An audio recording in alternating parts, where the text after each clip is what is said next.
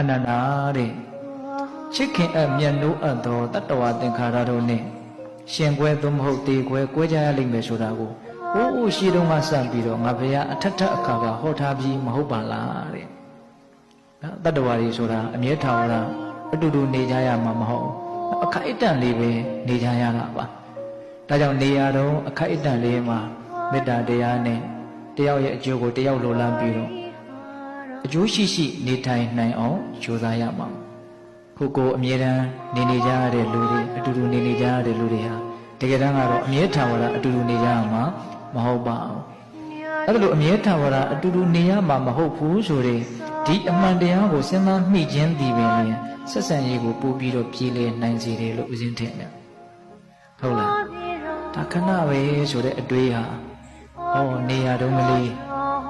နေရာတုံးကလေးဆိုတဲ့အတွေးကစိတ်ကိုနူးညံ့သွားစေတယ်တိမ်မွေ့သွားစေတယ်နောက်မေတ္တာကရုဏာကိုဖြစ်ပေါ်သွားစေတယ်ဟုတ်လားဒါကြောင့်အတူတူနေကြရတဲ့ပုဂ္ဂိုလ်တွေနဲ့ပတ်သက်ပြီးတော့ညာတော်အဖြစ်လူသားတွေဟာအမြဲထာဝရအတူတူမနေကြရဘူးဆိုတဲ့အချက်ကိုမေ့လျော့နေတတ်တယ်ပေါ့ဟုတ်လားအဲ့ဒါလိုမေ့လျော့နေတော့မကောင်းဘူးဆိုရင်လည်းဒါအမြဲမကောင်းနေတော့တာလို့စိတ်ကအဲ့လိုထင်တာဟုတ်လားအဲ့တော့မကောင်းရင်လည်းပဲတုံးတန်းကတီးမခံနိုင်ဘူးကောင်းတယ်ဆိုရင်လည်းအလွန်မင်းဆွဲလန်းနေတကယ်တမ်းကကောင်းသည်ဖြစ်စေဆိုးသည်ဖြစ်စေ